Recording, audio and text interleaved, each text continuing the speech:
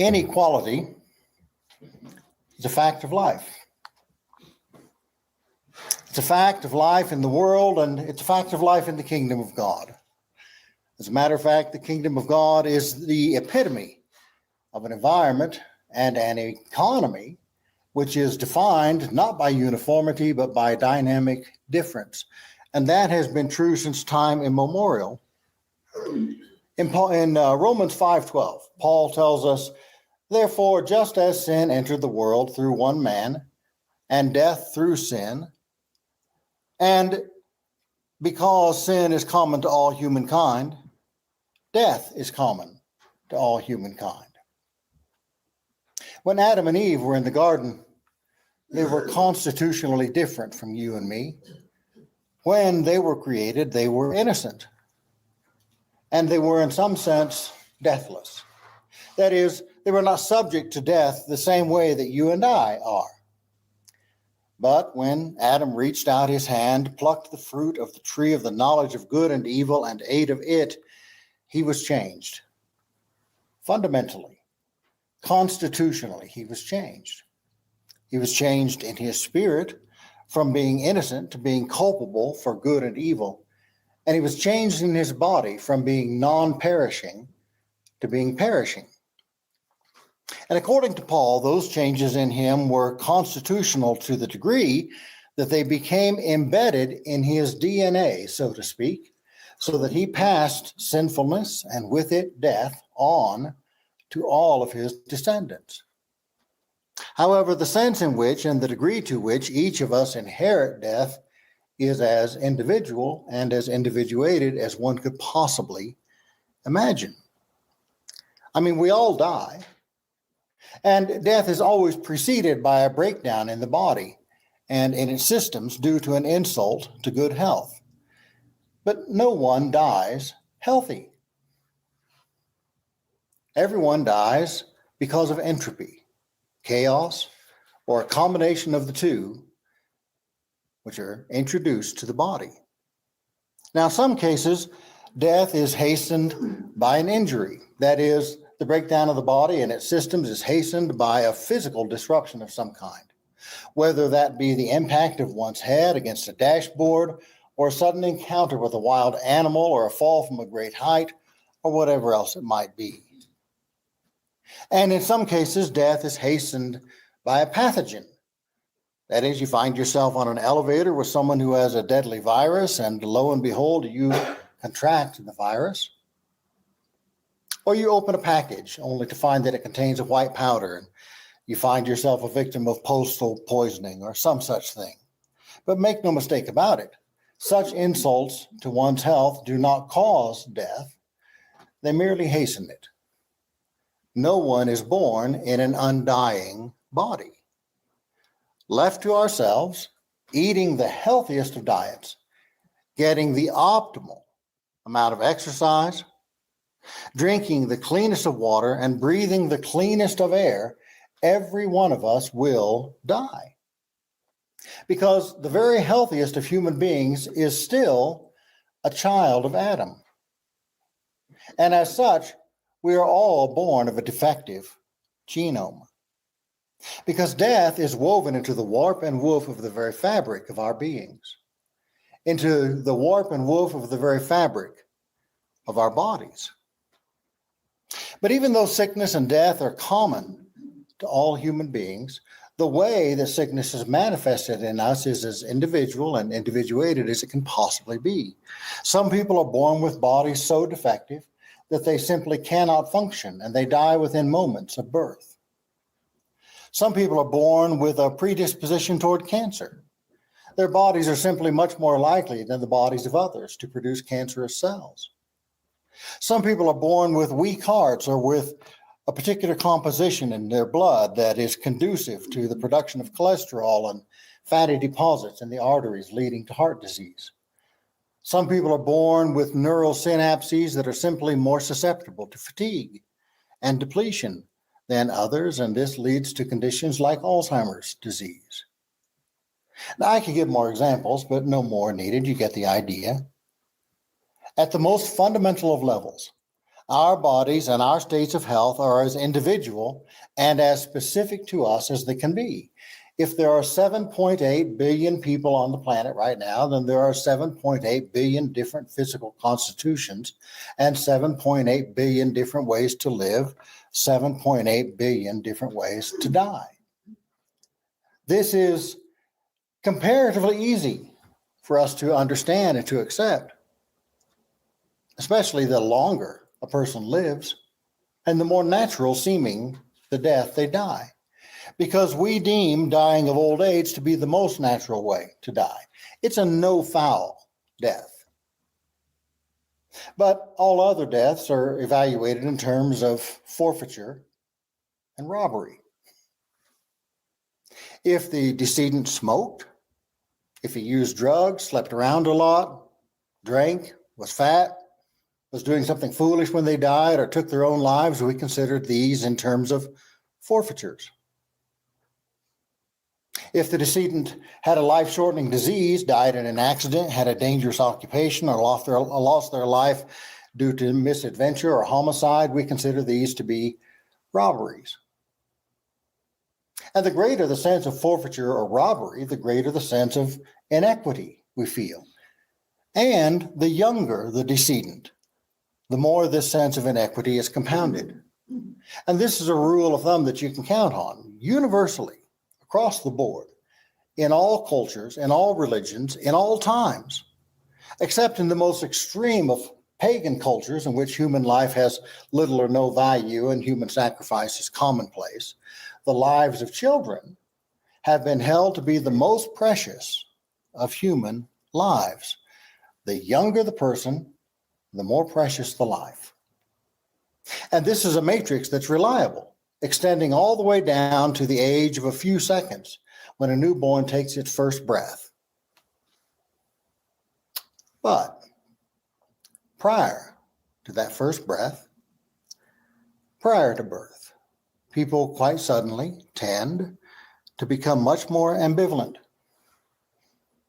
to the sanctity of human life. Specifically, for the purposes of today's lesson, people tend to be ambivalent about the moral weight of terminating the life of a preborn human being. And the question I want to address this morning is, among other things, why are people so ambivalent when it comes to abortion? And here I'm not looking for a quick indictment. I mean, it's easy to make broad assumptions. It's easy to assume that all abortisti are acting out of selfishness, either giving no thought to or acting with callous disregard for the unborn child, and that they have no conscience, that they are ignoring their conscience, or that they're assuaging their conscience by ignoring the facts. Because to many 21st century conservative Christians, it is patently obvious that life begins at conception, that fetuses are people, and that abortion is murder. But beloved, that is not obvious to everyone. Not even to all Christians. And it hasn't ever been. Accordingly, when I ask, why are people ambivalent when it comes to abortion, it isn't a setup for a punchline. It isn't a red herring.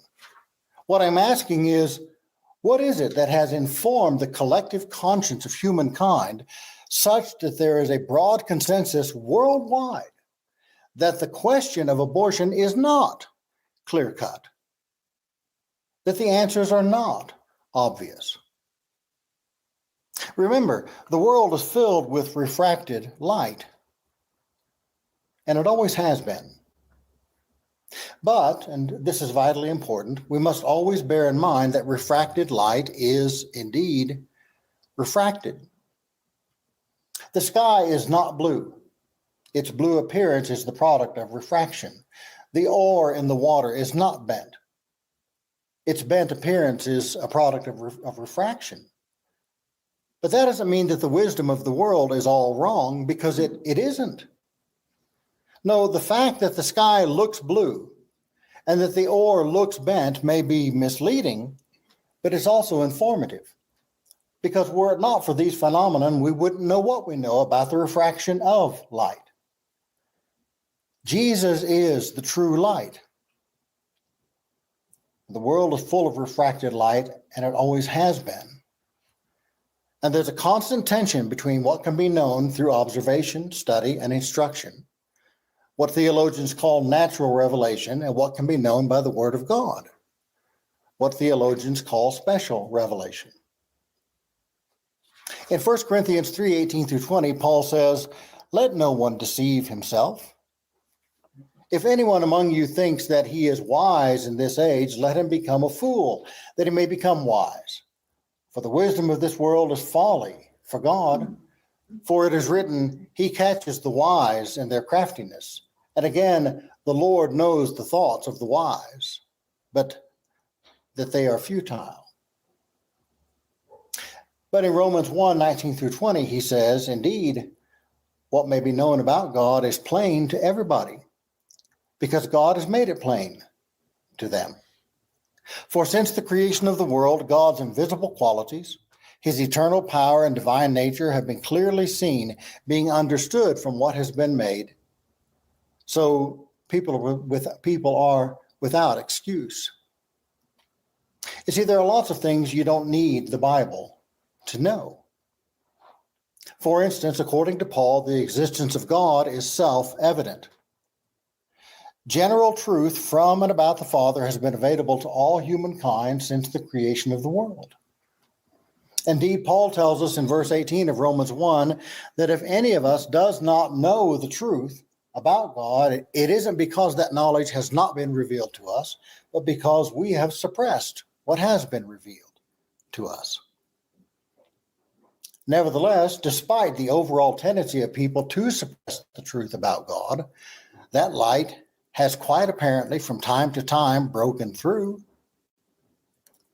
As we're told in Hebrews 1:1, God has spoken at sundry times and in divers manner, revealing himself and revealing truth about himself in various ways since the creation of the world. And it appears that some of the truths about God made their way through the haze long before the Bible was written, and were apprehended by people in various cultures across the ancient world. Because across the spectrum of ancient cultures, which predate the oldest writings of the Bible, there have been people who recorded what they have perceived about things like an orderly and divinely directed creation, a divine cleansing of the world by a cataclysmic flood, a divinely imposed confusion of languages around the building of a great tower. But according to Paul, more has been revealed to humankind through what has been created than just raw information. Paul tells us that no one has any excuse for denying the Father or for denying what can be known of God, and that includes knowledge of his righteousness, which knowledge would evade us if we didn't have the knowledge of good and evil. But we do have the knowledge of good and evil. Everybody does. In Romans 5:12, Paul says, "Therefore, just as sin entered the world through one man and death through sin, so also, because sin is common to all humankind, death is common to all humankind." And this, of course, is a reference to the fall. What Paul is speaking of here is that day in the Garden of Eden when Adam reached out his hand, plucked the fruit of the tree of the knowledge of good and evil, and ate of it. And when Adam did that, he didn't receive just the knowledge of evil, he received also the knowledge of good. The knowledge of good and evil. And that knowledge has been passed down to us generation by generation to the present. And the evidence that basic knowledge of right and wrong is the common possession of every human being and of every human culture since the very beginning is manifold. I used to have a teacher when I was in the second grade, Mrs. Lovering, who loved to quote the Golden Rule. She quoted it all the time, and she'd say, "Do unto others as you would have others do unto you." And then she would tell us, this is the wisest thing that Jesus ever said. Well, I don't know which of the things that Jesus ever said should be categorized as the wisest. The golden rule may be the wisest thing Jesus ever said, but it's far from being the most original. Because the golden rule has been part of human culture going back as far as recorded history goes back. It's not only ancient, but it's universal, showing up in every culture of the ancient world in one form or another. An early example of the golden rule is reflected in the ancient Egyptian concept of Mayat, their moral law, which encompassed the matters of the concept of truth, balance, order, law, morality, and justice. One narrative of Mayat is a story entitled The Eloquent Peasant, dating to before 2000 BC, which is before Christ, before David, before Isaiah and Jeremiah, before Moses, before Abraham, and even before Job.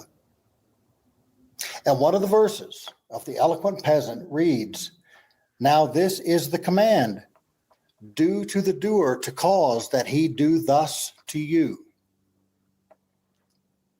Now, beloved, that is an awkward translation. It's badly worded in English, but that's the golden rule fully articulated by a human being 300 years before God came to Abraham in Genesis 12:1 and said, "Get thee out of thy country and from thy kindred and from thy father's house unto a land that I will show thee."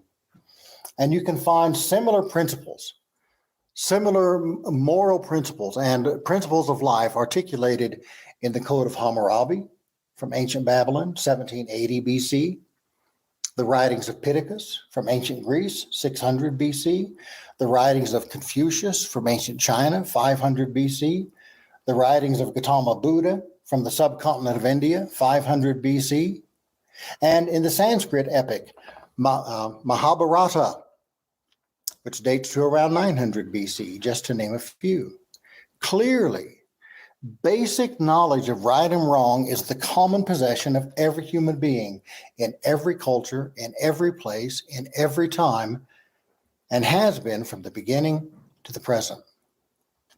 And no one, with or without Christ, has any excuse for failing to grasp, appreciate, and live into this most basic of principles. Do unto others as you would have others do unto you. And this truth is reflected to one degree or another in the laws of almost every society in recorded history. That's why murder is illegal everywhere. That's why stealing is illegal everywhere. That's why bearing false witness is illegal everywhere. That's why human trafficking is illegal everywhere. That's why rape is illegal everywhere. Because everyone, everywhere understands that these things are fundamentally wrong. But that's not the case when it comes to abortion. No, the moral convictions of the collective conscience of humankind are nowhere nearly as unified when it comes to abortion as when it comes to many other things. Even in countries where adultery and homosexuality and vulgar language are criminal offenses, the state's point of view on abortion is often much less clear-cut.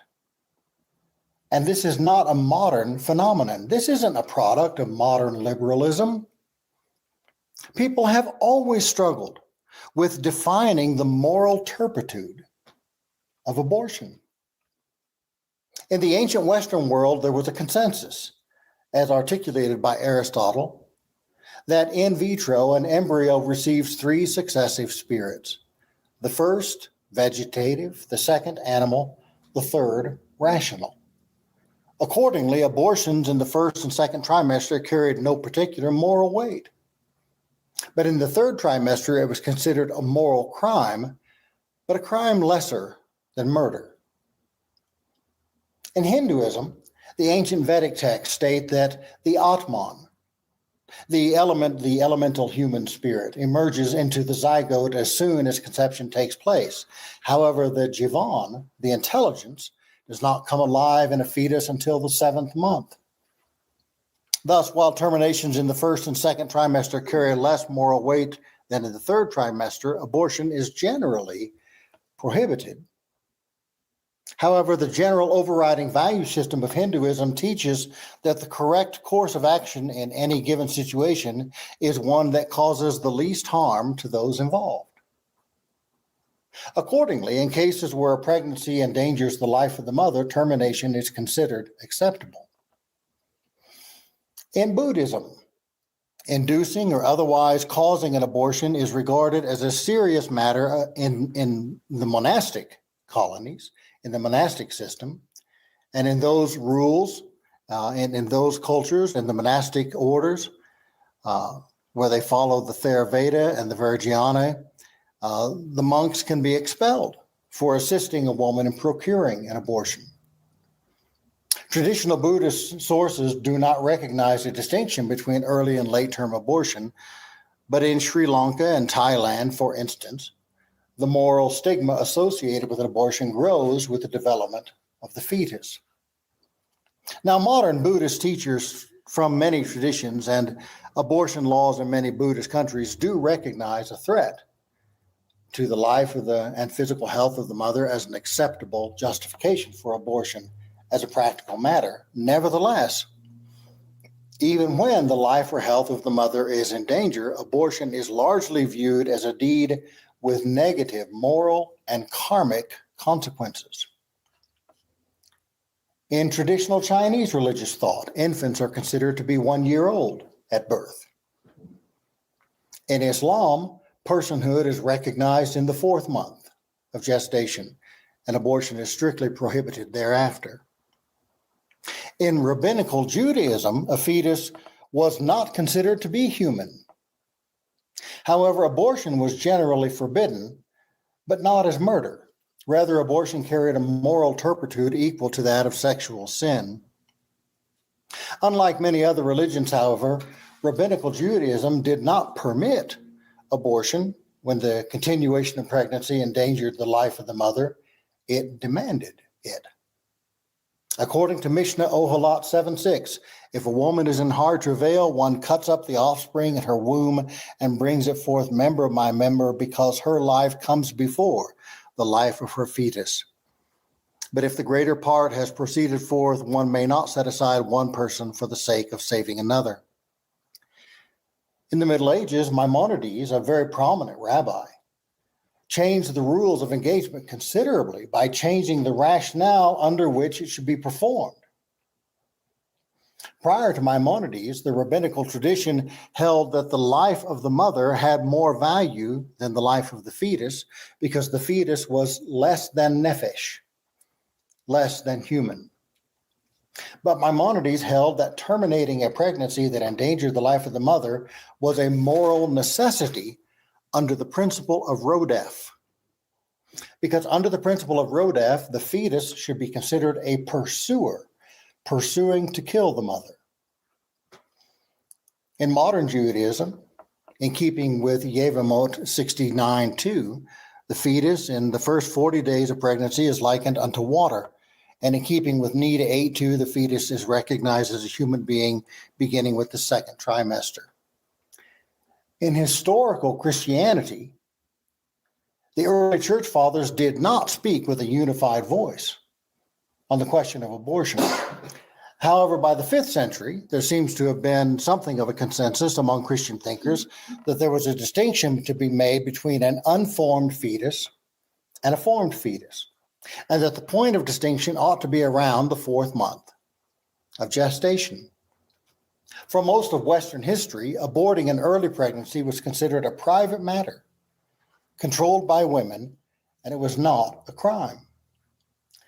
Generally, people in Western Europe and in the colonized world did not believe human life was present until a pregnant woman felt the first fetal movements, a phenomenon referred to as quickening. And the only witness who could testify as to the presence or absence of fetal animation was the mother herself. And abortions prior to quickening were generally considered neither a moral crime nor a legal crime. Indeed, In the 13th century, a physician and cleric named Peter of Spain, who was elected Pope John XI in 1276, wrote a book called Thesaurus Pauperum, literally the treasure of the poor, containing a long list of early stage abortifacients, including rue, penroyal, and other mints. That's right. Chemical abortion was a fact of life at least 1,000 years before researchers at Roussel Uclaf, a French pharmaceutical company, developed mifepristone, whatever it is, RU486, the day after pill. And in the Catholic Church, the Decretum Gratiani, which remained the basis for Catholic canon law until replaced by the 1917 Code of Canon Law, distinguished between early term and late term abortions. That is, except for a 3-year period from 1588 to 1599 when all abortions were declared illegal. On October 28, 1588, Pope Sixtus V issued a papal bull entitled Effrenatum, which decreed various penalties against perpetrators of all forms of abortion without distinction. Calling abortion murder, it decreed that those who procured abortion of a fetus, whether animated or unanimated, formed or unformed, should suffer the same punishment as true murderers and assassins who have actually and really committed murder. In addition to criminal punishment, this bull also called for the automatic excommunication of all perpetrators. However, 3 years later, the next pope, Gregory XIV, recognizing that the law was not producing the hoped for results, withdrew it, limiting the punishment for abortion to abortions of a formed fetus. And this remained public policy for the West for the next 250 years, until the early 19th century. Abortion prior to quickening was considered a shame, but not a crime. And since the only witness to quickening was the mother, it was extremely rare for abortion to be prosecuted as a crime because there was no way of establishing that any given abortion had been a crime. Beloved, for most of human history, going back as far as we can find evidence of any discussion on the matter, all the way up to the early 1800s, abortion was considered largely a private matter. It was considered a matter of conscience. If I were delivering this sermon 200 years ago, in 1822 instead of 2022, the average person, the average listener, the average Christian, the average congregant would probably be somewhat offended by what I have said so far today, but not for the reasons that you might think. They would probably be offended because they would have considered the very idea of speaking publicly about what is essentially a private matter to be indecent. They would also have been puzzled as to why I would be bothering with the topic. Not because it would not have been considered important to them, but because it would have been considered non-controversial. Because on this matter, the conscience of the average Christian would have been very much in sync with the conscience of every Muslim, every Hindu, every Buddhist, every Aristotelian, every secularist, and even every atheist, for the most part. Because by and large, everywhere in the world, in almost every belief system in the world, from as far back as you want to go, there had been general agreement among all people of good conscience that abortion was morally ambiguous, that the question of abortion was replete with far too many unknowns for anyone to speak on the matter with a binding degree of moral certainty. Everyone agreed that it was bad in the sense that it was a tragic hazard of the human condition. Everyone agreed that it was a shame. And just about everyone agreed that the moral cost of abortion was untaliable, unassignable, unremittable, and unrecoverable. But shortly after the turn of the 19th century, things changed, and they changed pretty dramatically, pretty radically. Because about 200 years ago, there arose a group of people who decided that they held the moral high ground on the question of abortion. And they spoke with conviction, and they spoke with authority, and when they spoke, people listened. And that group of people was not the church. No. Now, yes, the church weighed in on the matter 50 years later. In 1869, Pope Pius IX rescinded Gregory the 14th's not yet animated fetus exception with regard to the spiritual penalty of excommunication, declaring that all those who procured an effective abortion were to be excommunicated. And that definitely changed the rules of engagement when it came to the setting of public policy on abortion, precisely because the Catholic claim that the church had always held that human life begins at conception is patently false. The church never held any such position until about 150 years ago. Certainly not officially. I mean, there were definitely some church scholars and theologians who had come to that conclusion as far back as the 3rd or 4th centuries, but prior to 1869, there was no such official doctrine of the church, no such official Christian position on abortion, because though a biblical case that life begins at conception and that all abortion is murder can certainly be made, the church did not summon the courage of its conviction on this question until this other group, the group that I mentioned a few minutes ago, came on the scene and made its case for that, quite apart from the Bible and quite apart from historical church beliefs. Now, I'm willing to bet that that intrigues you a little bit, because now you're curious. Now you want to know. The question of the moral weight of abortion had been mired in ambiguity and uncertainty for all of human history.